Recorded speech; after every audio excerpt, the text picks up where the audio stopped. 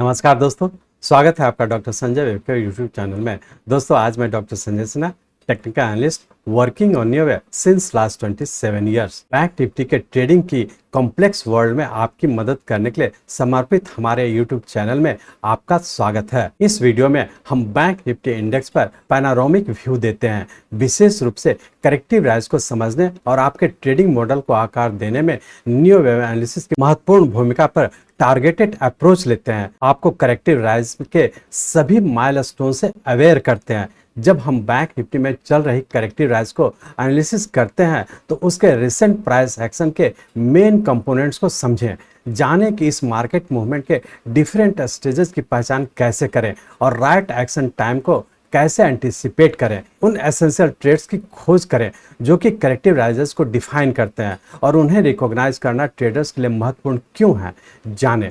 हम आपको करेक्टिव और इंपल्सिव मूव के बीच डिफरेंशिएट करने में मदद करेंगे। न्यू वेब एनालिसिस टेक्निक को एक्सप्लोर करें और समझें कि यह इन्वेस्टर और ट्रेडर्स के लिए एक गेम चेंजर क्यों है। जानें कि यह ट्रेडिशनल वेब थ्योरी से बियॉन्ड डीप इंसाइट कैसे प्रदान करता है। न्यू वेब एनालिसिस में सबऑर्डिनेट वेव्स, रिट्रेसमेंट्स और वेव स्ट्रक्चर के सिग्निफिकेंस को ग्रास्प करें। हम आपको न्यू एनालिसिस का उपयोग करके बैंक निफ्टी ट्रेडिंग के लिए प्रैक्टिकल स्ट्रेटजी के बारे में बताते हैं।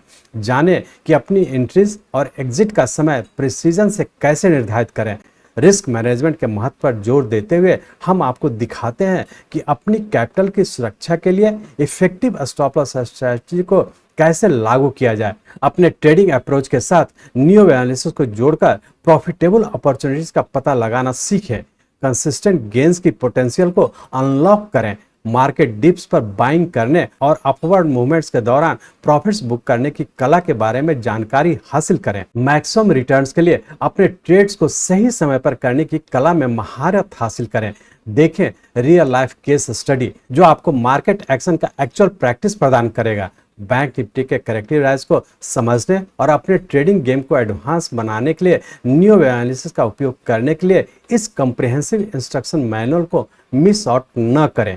दोस्तों, ट्रेडिंग की दुनिया के टॉप अचीवर्स अपने आप को कंटिन्यूसली एजुकेट करते हैं। मार्केट में आपको एज देने के लिए बनाए गए इस वीडियो का भरपूर लाभ उठाएं। तो बिना देरी किए और इन सभी चीजों को समझने के लिए चलिए हम लोग चलते हैं बैंक निफ्टी के रियल टाइम चार्ट पर। ये बैंक निफ्टी का हम लोग का डेली चार्ट है और इस डेली चार्ट में हम लोग देख रहे थे कि हम लोग का 16 मार्च को नीचे का एक करेक्शन पूरा करके ऊपर का राइजिंग ट्रेंड में इंटर किए थे। तो इस राइजिंग ट्रेंड के लिए हमारा ये जो नीचे का लो है यही हमारा 0 पॉइंट हुआ और यहाँ से हम लोग जब राइजिंग ट्रेंड में इंटर किए हैं तो उसके तहत हम लोग का ये फर्स्ट वेव, ये सेकेंड वेव, ये थर्ड, फोर्थ और फिफ्थ वेव, यहाँ पर हम लोग का एक 5 वेव कंप्लीट करने का यहाँ पे हम लोग का फिर से एक करेक्टिव फॉल में इंटर कर चुका है। और जैसा पिछले वीडियो में भी डिस्कस किए थे कि करेक्टिव फॉल के तहत यहाँ पे हम लोग का एक करेक्शन कंप्लीट किया था और फिर से पूरे के करेक्टिव राइज में इंटर होने की संभावना था। एग्जैक्टली हम लोग यहाँ पे देख रहे हैं कि यहाँ पे हम लोग का एक इम्पल्स वेव कंप्लीट करने का करेक्टिव फॉल के तहत यहाँ पे कंप्लीट किया जो कि रफली हम लोग का 25 डेज का था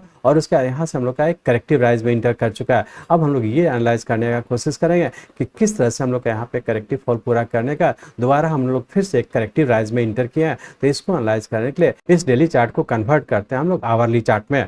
हम लोग यहाँ पे आवरली चार्ट में आ चुके हैं। आवरली चार्ट में जैसा पिछले वीक भी हम लोग डिस्कस किए थे कि इस करेक्टिव फॉल के तहत यहाँ पे हम लोग का ए बी सी जो कि एक फ्लैट पैटर्न का फॉर्मेशन हुआ और उसका एक्स वेव बनाने के बाद दोबारा फिर से हम लोग का नीचे का ए बी सी जो कि यहाँ पे हम लोग का एक जिगजैग पैटर्न का फॉर्मेशन हुआ और इस तरह से हम लोग यहाँ पे एक फ्लैट और जिगजैग पैटर्न कंप्लीट करने का इस पूरे के करेक्टिव राइज में इंटर होने की संभावना था। और एग्जैक्टली हम लोग देखे कि इस पूरे के करेक्टिव राइज में इंटर किया और करेक्टिव राइज के तहत जैसा आप लोग को पहले भी डिस्कस किए थे कि हम लोग का बहुत ज़्यादा संभावना है कि इसी के आसपास आने का संभावना था। और एग्जैक्टली हम लोग देखे कि हम लोग का जो करेक्टिव राइज का जो टारगेट था रफली हम लोग का पूरा हो चुका है। लेकिन चूंकि हम लोग का अभी नीचे कन्फर्म नहीं किया तो हम लोग अभी कह सकते हैं कि अभी भी हम लोग करेक्टिव राइज में ही है। अब हम लोग इस करेक्टिव राइज के तहत देखे थे कि यहाँ पे हम लोग जब नीचे का एक जिगजैग पैटर्न पूरा करके ऊपर की ओर कंटिन्यू किया था तो उसके तहत हम लोग का ए और बी, इस बी का भी सबऑर्डिनेट वेव नीचे का ए बी और सी उससे बड़े टाइम फ्रेम का हम लोग का बी का फॉर्मेशन हुआ और उसका जैसा पिछले वीडियो में भी डिस्कस किए थे कि ये बहुत ज़्यादा संभावना है कि हम लोग का यहाँ पे ये 1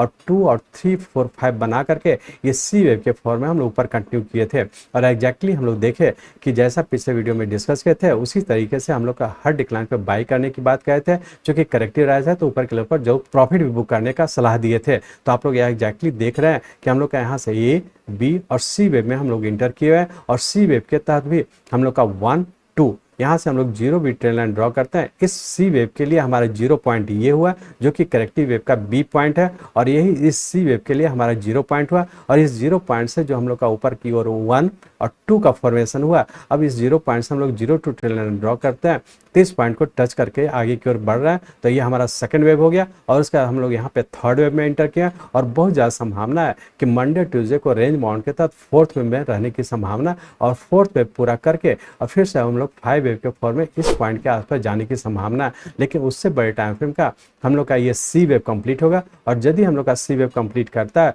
तो फिर से यहाँ पे हम लोग का सी वेव का सबऑर्डिनेट वेव को पैटर्न कंफर्म करता है, तो हम लोग मान लेंगे कि हम लोग का सी वेव कंप्लीट हो गया और फिर से नीचे की ओर कंटिन्यू कर जाएगा। अकॉर्डिंगली उसी हिसाब से आप फॉलो करेंगे। अब हम लोग ये देखेंगे कि हम लोग का जब यहाँ सी वेव के सबऑर्डिनेट वेव 1 2 और थर्ड वेव कंप्लीट हो चुका है या फिर होने वाला है, तो इसको हम लोग ध्यान रखें कि आने वाले मंडे और ट्यूसडे को क्या होने की संभावना है। तो इसके लिए अभी इस आवरली चार्ट को कन्वर्ट करते हैं 15 मिनट के चार्ट में।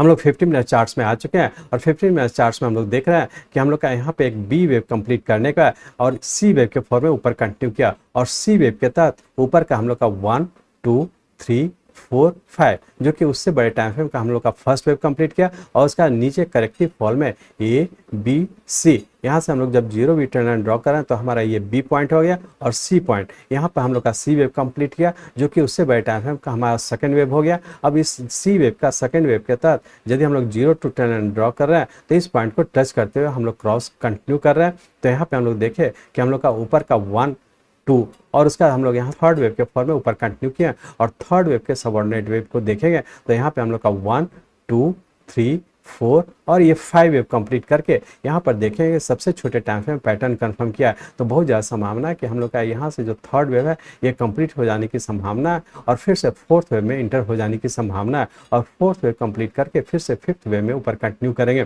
तब हम लोग ये कह सकते हैं कि यदि मंडे की बात करें, मंडे और ट्यूसडे के लिए रेंज बाउंड के तहत नीचे 44,900 और ऊपर का 45,400 इसी रेंज बाउंड में रहने की संभावना है। आप डिक्लाइन पे बाय करके ऊपर के लेवल पर प्रॉफिट बुक करें, चूंकि हम लोग का करेक्टिव राइज है तो जरूर ऊपर के लेवल पर जो प्रॉफिट भी बुक करने का कोशिश करेंगे। मंडे के लिए हम लोग का जो नीचे का स्टॉपर्स हो वो हम लोग का नीचे का स्टॉपर्स होगा 44,600 का। इस स्टॉपर्स को ध्यान में रख करके हर डिक्लाइन पे बाय करें, ऊपर की ओर कंटिन्यू करता है तो ऊपर के लेवल पर जो प्रॉफिट भी बुक करने का कोशिश करेंगे। अब हम लोग ये देखेंगे कि पूरे वीक में क्या होने की संभावना है। तो इस 15 मिनट के चार्ट को हम लोग कन्वर्ट करते हैं आवरली चार्ट में। हम लोग पुनः आवरली चार्ट में आ चुके हैं, और इस आवरली चार्ट में हम लोग देख रहे हैं कि रेंज बाउंड के तहत जब भी नीचे आता है हम लोग बाई करके ही चलेंगे। लेकिन पूरे वीक में क्या होने की संभावना है, पूरे वीक के लिए रेंज बाउंड के तहत नीचे 44,800 और ऊपर 45,600 इसी रेंज बाउंड में रहने की संभावना है, और यहाँ पे हो सकता है फिफ्थ वेव कंप्लीट होने की संभावना है।